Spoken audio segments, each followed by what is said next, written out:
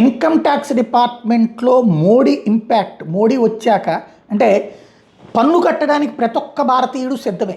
కానీ పన్ను కట్టేవాడినే వేధిస్తారు అన్నట్టుంది. అంటే పెట్టే అమ్మనే ఉంది కదా సామెత, పెట్టనమ్మ ఎట్టగు పెట్టదు, పెట్టే ముమ్ముకి డాష్ ఏమైంది అన్నటువంటి కాన్సెప్ట్లో ఉండేటటువంటి రోజులలో కీలకమైనటువంటి ఇక్కడ తాజాగా ఇన్కమ్ ట్యాక్స్ ఈ 10 ఏళ్లలో జరిగిన మార్పులకు సంబంధించి చూస్తే 120% పెరిగింది పన్నులు కట్టే వాళ్ళ సంఖ్య. 2014లో కేవలం 3.6 కోట్ల మంది ఐటీఆర్లు దాఖలు చేశారు, అంటే ఐటీ రిటర్న్స్. 2024కి వచ్చేటికి 7.9 కోట్లకు పెరిగింది. పన్ను చెల్లింపుదారులతో పాటుగా భారత ప్రభుత్వానికి సమకూరే పన్ను ఆదాయం కూడా పుంజుకుంది. ఈ 10 ఏళ్లలో 20 లక్షల లోపు వార్షిక ఆదాయం కలిగిన మధ్యతరగతి వర్గం మీద ఐటీ చెల్లింపుల భారం మాత్రం గణనీయంగా తగ్గింది. ఇది ప్రభుత్వం అధికారికంగా చెప్తున్న లెక్క. సర్కారుకి సమకూరే ఆదాయం పన్నులో 76% 50 లక్షలకు పైగా వార్షిక ఆదాయం కలిగిన వాళ్లే చెల్లిస్తున్నారన్నదే ఇక్కడ మెయిన్ అయింది. 10 లక్షల దాకా వార్షిక ఆదాయం కలిగినటువంటి వాళ్ళ పన్ను చెల్లింపుల వాటా 2013-24 ఆర్థిక సంవత్సరంలో 10.17% ఉంటే 23-24లో 10 ఏళ్ల కనిష్ట స్థాయి 6.22% తగ్గింది.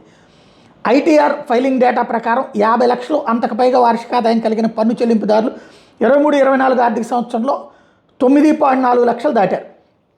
13-14 ఆర్థిక సంవత్సరంలో నమోదైన 1.9 లక్షల మంది అప్పటితో పోల్చుకుంటే 9.4 లక్షల మందికి పెరిగాయి.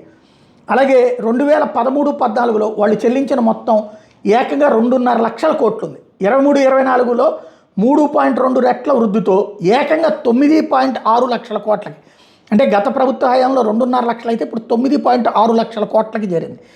4.9 కోట్లకి జీరో ఇన్కమ్ ట్యాక్స్ ఫైలింగ్లు కూడా అవుతున్నాయి. అంటే 2014లో 2.5 లక్షల మంది 2.5 లక్షల అంతకు మించిన వార్షిక ఆదాయం కలిగిన వాళ్ళంతా ఆదాయం పన్ను చెల్లించాల్సి వచ్చింది. అయితే గడిచిన దశాబ్ద కాలంలో ప్రభుత్వం కల్పించిన పలు మినహాయింపులు తగ్గింపులతో ప్రస్తుతం 7 లక్షల దాకా ఆదాయం ఉన్నటువంటి వాళ్ళు పన్ను చెల్లించక్కర్లేదు. దాంతో జీరో ఇన్కమ్ ట్యాక్స్ ఫైలింగ్లు 2013-14లో 1.8 కోట్లతో స్థాయిలో ఉంటే 2023-24 4.9 కోట్లకు పెరిగినాయి.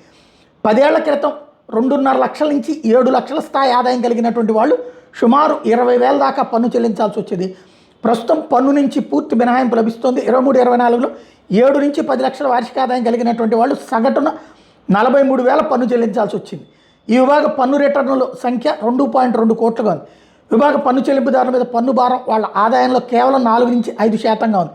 వర్ధమాన దేశాలన్నింటిలోకెల్లా ఇదే అత్యల్పం అన్నటువంటిది ఇక్కడ కీలకమైన అంశం.